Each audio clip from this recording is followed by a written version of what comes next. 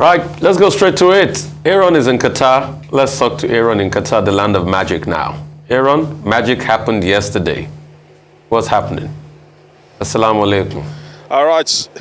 Someone actually reporting it that a seismic shock actually happened at the Lusail Stadium yesterday, where Saudi Arabia, thanks to Al Dosari and Shah actually got goals that shook Saudi Arabia down to Lusail, and there's been massive celebration. Who would have ever thought that Saudi Arabia, ranked 51st in the world, will be winning against Argentina, who are favorites, who are ranked 3rd in the world, and had 36 unbeaten run, so the second longest. And you look at that, and it was all built to happen for Argentina before Saudi Arabia happened. Lionel Messi got a goal in the first half in the 10th minute, and we thought this was going to be business as usual, but rather unfortunate. Football happens to you, and I felt Argentina disrespected Saudi Arabia.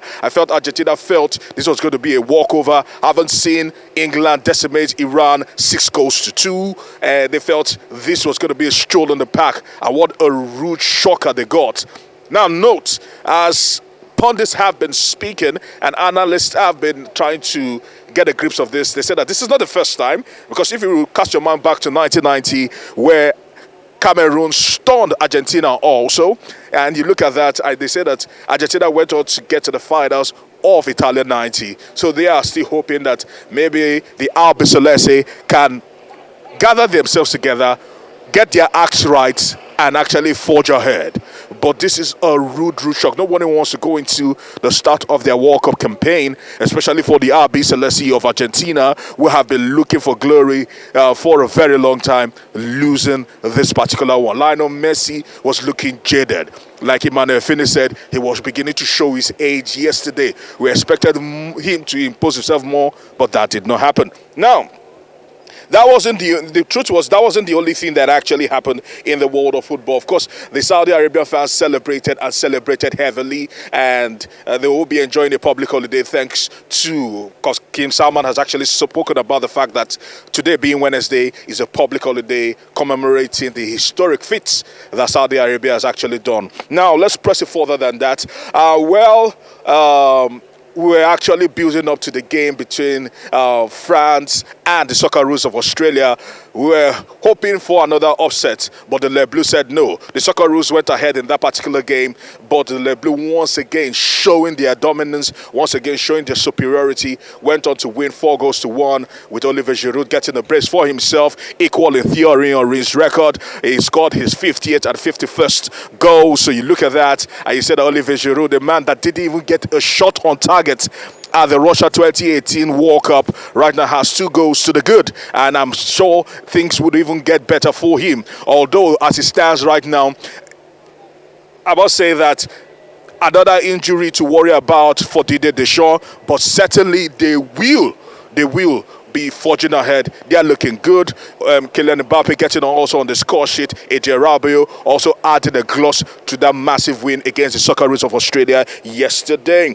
But as we look at the results that actually came in, I must actually commend Tunisia, because they were able to hold the Denmark to a goalless draw. It was a spirited game from the Carthage Eagles, and I must say they gave a good account of Africa on the day, because everyone tipped Denmark to win that particular fixture, but that did not happen. Now, quickly, if I were to press forward, another seismic news that actually came in, and as a matter of fact, it was even 2, which was one. Cristiano Ronaldo has actually he tweeted. Manchester United also released a 64-letter press statement stating that they have agreed to terminate his contract by mutual consent, and that means Cristiano Ronaldo has forgone £60 million, which equates to £500,000 a week, what he should have earned for the next 7 months, because as after that frosty relationship, more importantly, not being helped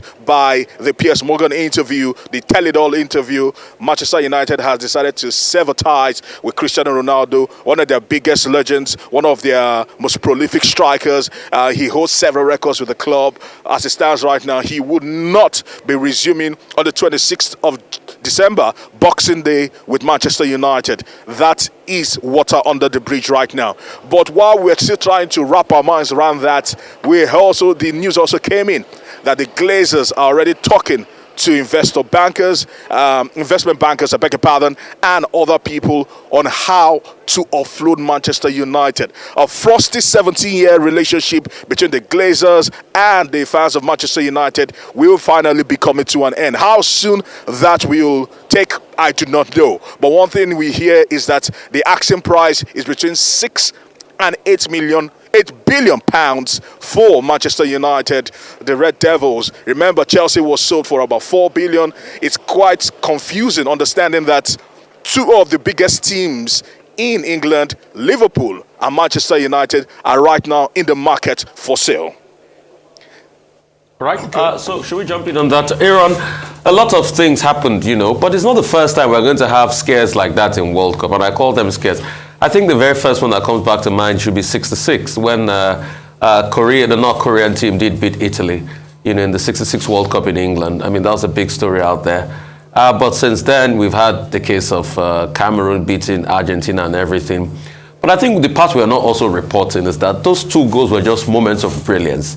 We're also forgetting the fact that Argentina did score about 4 goals in the first half that was ruled out by VAR of some sort. And this new draconian offside rule, and I call it offside rule because it's so pinpoint accurate that you have sensors in the football and that just sends the signals out there to camera, so you can hardly have an offside situation. If that was not the case, Argentina should have been 4-0 up in the first half. But congrats to Saudi Arabia. They'll celebrate all they can. Possibilities abound. I mean, I've seen some good. The quality of play has been really very good. Senegal had a good showing, but they fell to the Netherlands 2-0. France came out tops yesterday. They were big. In fact, I thought it was a scare when Australia first scored the first goal, but France showed why they are world champions, topped them 4-1. Another very good team out of it is Tunisia. And what do you expect? I mean, Tunisia has gone over 30 matches unbeaten. They're one of the most informed sides out of Africa, and they showed it. They almost did beat Denmark, but it wasn't possible because they couldn't get the ball at the back of the net. And you can see that that ended as a scoreless draw. Lewandowski made his debut. Still yet, it's elusive. He's not still scored in the World Cup. I don't know why one of the greatest strikers, 2 World Cups down the line, he's not still able to get a goal in the game between Poland and Mexico yesterday. We just hope he finally gets a goal, and break all of that jinx. But it's a good World Cup. The controversy still go on. The Germans, are kicking at a Rewe. I think the German outlets, supermarket chain, is saying that they will have to call off some of their support for the World Cup in terms of adverts and sponsorship because of the love band that they're not allowing them to wear because, pro-gay rights, issues and things like that. The politicking part is still going up, but we're having a good World Cup, top-class football. Maybe we should have more World Cup being played when players were in season. The quality of football is so good, Aaron. I should tell you that. Absolutely. Congratulations to Saudi Arabia. Very right on that, Rufai. Very right. Thank you very much, Aaron. Definitely, I was just about to rejoice with Saudi Arabia, always rooting for the underdog. But going on to the Ronaldo story. Now, there obviously now rumors are chasing as to which club will he be moving to, who is courting the good for some people, and there are news reports around Newcastle United, Chelsea opening talks with him, and even some distant speculations about Saudi Arabia. Of course, just so many things around this golden man before he perhaps will be moving towards retirement. What's your take, Aaron? Looking at that, speculations are rife in the air, and Cristiano Ronaldo will not be having a press conference before the game against Ghana tomorrow, just to ensure that there are no distractions before that massive game tomorrow. I must tell you that a lot has been said about where Cristiano Ronaldo will go, but that will not hit fever pitch until after the World Cup. So you look at that and you say to yourself that at the moment things are not looking really good for Cristiano Ronaldo, because he didn't get as many suitors as expected, but ultimately he will get a club, and he says he wants to play Champions League football. Okay, Saudi Arabia versus Argentina. What a difference 90 minutes can make. 2 goals within 6 minutes by the Saudi Arabians, seismic. The equivalent of it will be the USA beating England in 1950. And then, of course, you cited the example of Cameroon beating Argentina in 1990. But also, we should not rule out Argentina.